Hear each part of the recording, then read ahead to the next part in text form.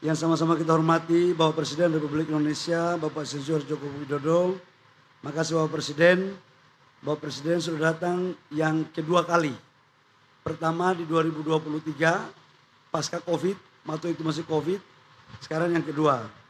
Pak Menteri BUMN yang saya hormati, Bapak-Bapak anggota, Bapak Gubernur, Pak Kapolda, Pangdam, dan khusus kepada tokoh nasional asal NTB, Pak Fahri Hamzah. Pak Fahri, coba dulu Pak Fahri. Fahri dulu ya. Pak Fahri sekarang rencana mau masuk Partai Golkar, tadi sudah negosiasi. Makanya kita datang ke Aman, baju semua sudah kuning-kuning.